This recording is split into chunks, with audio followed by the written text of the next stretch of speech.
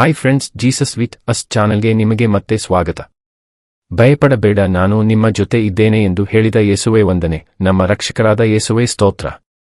ತಂದೆ, ನಿಮ್ಮ ನಾಮದಲ್ಲಿ ನಂಬಿಕೆಯಿಟ್ಟು ನಮ್ಮ ಕುಟುಂಬಕ್ಕಾಗಿ ಪ್ರಾರ್ಥಿಸುತ್ತೇವೆ. ನೀವು ನಮ್ಮ ಪ್ರಾರ್ಥನೆಗೆ ಉತ್ತರಿಸುವ ದೇವರಾಗಿದ್ದೀರಿ. ದೇವ, ನಮ್ಮ ಎಲ್ಲಾ ದುಃಖ, ಕಷ್ಟ, ರೋಗ, ನೋವು, ನಿರಾಶೆ, ತೊಂದರೆ ಎಲ್ಲವನ್ನೂ ನಿಮಗೆ ಸಮರ್ಪಿಸುತ್ತೇವೆ.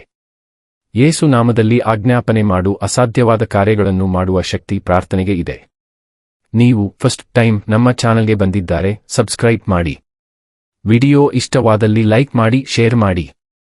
ನಿಮ್ಮಿಂದ ನಮಗೆ ಹೊಸ ವಿಡಿಯೋ ಮಾಡಲು ಸ್ಫೂರ್ತಿ ಸಿಗುತ್ತದೆ. ಆದಿಕಾಂಡ ಅಧ್ಯಾಯ 37. ಯೋಸೇಫನ ಚರಿತ್ರೆ. ಯೋಸೇಫನನ್ನು ಅವನ ಅಣ್ಣಂದಿರು ಅನ್ಯಜನರಿಗೆ ಗುಲಾಮನಾಗಿ ಮಾರಿದ್ದು. ಆದರೆ ಯಾಕೋಬನು ತನ್ನ ತಂದೆ ಪ್ರವಾಸವಾಗಿದ್ದ ಕಾನಾನ್ ದೇಶದಲ್ಲಿಯೇ ವಾಸವಾಗಿದ್ದನು. ಯಾಕೋಬನ ಮಕ್ಕಳ ಚರಿತ್ರೆ.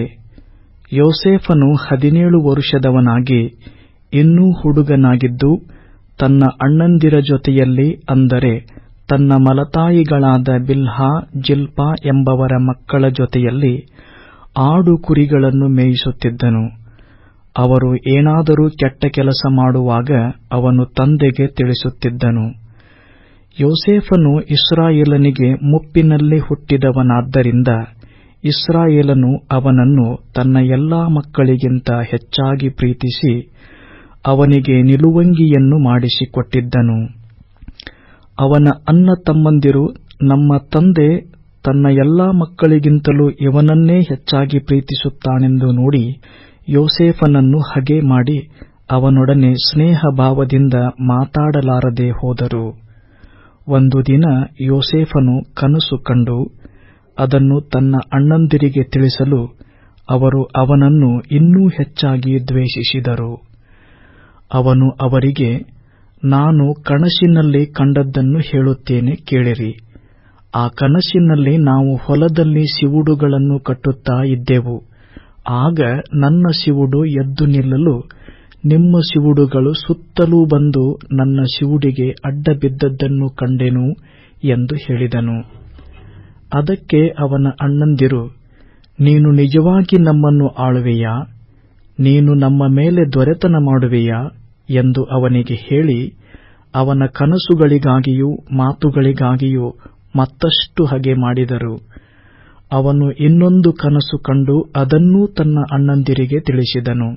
ಅವನು ಅವರಿಗೆ, ಇನ್ನೊಂದು ಕನಸು ಕಂಡಿದ್ದೇನೆ. ಅದರಲ್ಲಿ ಸೂರ್ಯ ಚಂದ್ರರೂ 11 ನಕ್ಷತ್ರಗಳು ನನಗೆ ಅಡ್ಡಬಿದ್ದವು ಎಂದು ಹೇಳಿದನು. ಅವನು ಈ ಕನಸನ್ನು ತನ್ನ ತಂದೆಗೂ ಅಣ್ಣಂದಿರಿಗೂ ತಿಳಿಸಿದಾಗ ತಂದೆಯು ಅವನಿಗೆ, ಇದು ಎಂತಹ ಕನಸು ನೀನು ಕಂಡದ್ದು?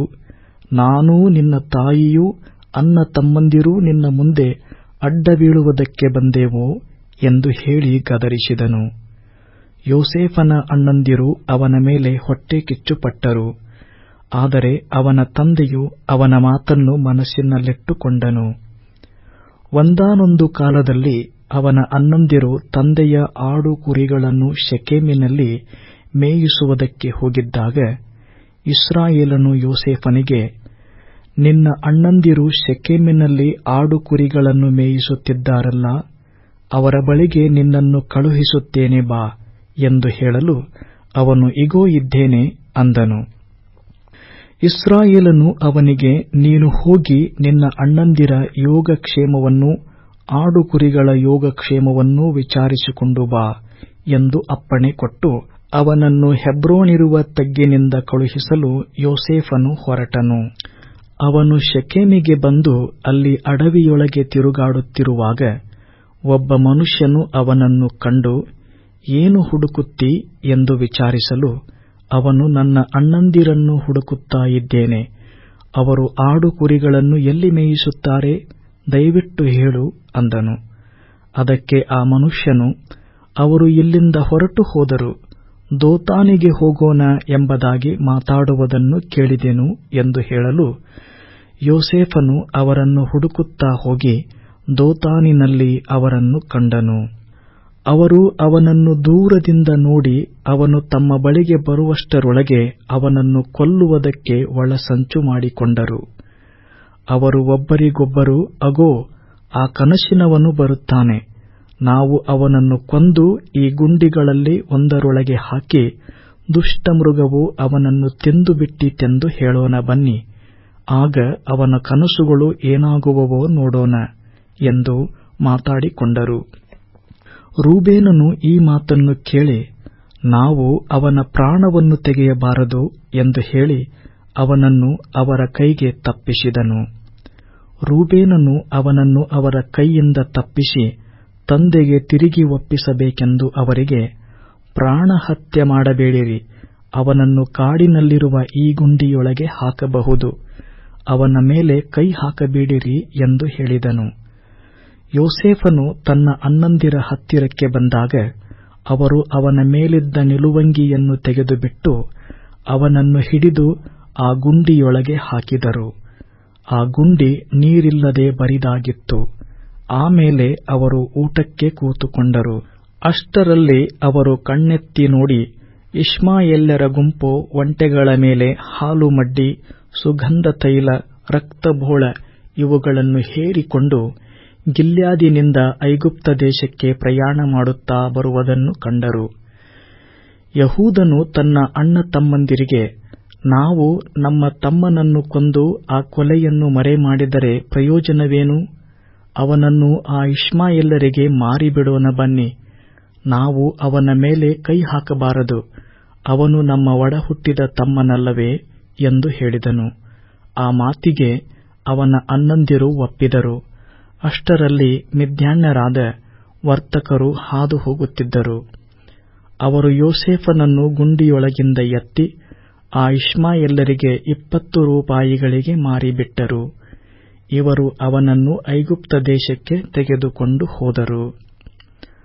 ರೂಬೇನನು ತಿರುಗಿ ಆ ಗುಂಡಿಯ ಹತ್ತಿರಕ್ಕೆ ಬಂದು ಅದರಲ್ಲಿ ಯೋಸೇಫನಿಲ್ಲದ್ದನ್ನು ಕಂಡು ತನ್ನ ಬಟ್ಟೆಗಳನ್ನು ಹರಿದುಕೊಂಡು ತನ್ನ ತಮ್ಮಂದಿರ ಬಳಿಗೆ ಬಂದು, ಆ ಹುಡುಗನು ಇಲ್ಲವಲ್ಲ, ಅಯ್ಯೋ, ನಾನೆಲ್ಲಿಗೆ ಹೋಗಲಿ ಎಂದು ಗೋಳಾಡಿದನು. ಆಮೇಲೆ ಅವರು ಒಂದು ಹೋತುವನ್ನು ಕೊಯ್ದು ಅದರ ರಕ್ತದಲ್ಲಿ ಯೋಸೇಫನ ಅಂಗಿಯನ್ನು ಅದ್ದಿ ಆ ನಿಲುವಂಗಿಯನ್ನು ತಮ್ಮ ತಂದೆಗೆ ಕಳುಹಿಸಿದರು.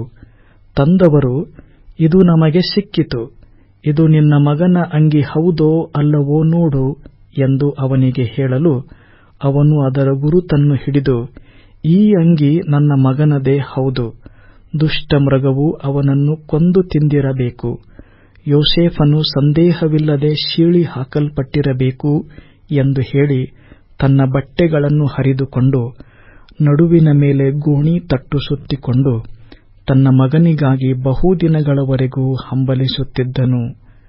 ಅವನ ಗಂಡು ಮಕ್ಕಳು ಹೆಣ್ಣು ಮಕ್ಕಳು ಎಲ್ಲರೂ ದುಃಖಶಮನ ಮಾಡುವುದಕ್ಕೆ ಪ್ರಯತ್ನಿಸಿದ್ದಾಗ್ಯೂ ಅವನು ಶಾಂತಿಯನ್ನು ಹೊಂದಲೊಲ್ಲದೆ, ನಾನು ಹೀಗೇ ಹಂಬಲಿಸುತ್ತಾ ನನ್ನ ಮಗನಿರುವ ಪಾತಾಳವನ್ನು ಸೇರುವೆನು ಅಂದನು.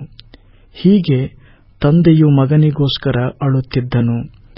ಮಿದ್ಯಾನ್ಯರು ಯೋಸೇಫನನ್ನು ಐಗುಪ್ತ ದೇಶಕ್ಕೆ ತೆಗೆದುಕೊಂಡು ಹೋಗಿ ಫರೋಹನ ಬಳಿಯಲ್ಲಿದ್ದ ದೊಡ್ಡ ಉದ್ಯೋಗಸ್ಥನಾದ ಪೋಟೀಫರನಿಗೆ ಮಾರಿದರು.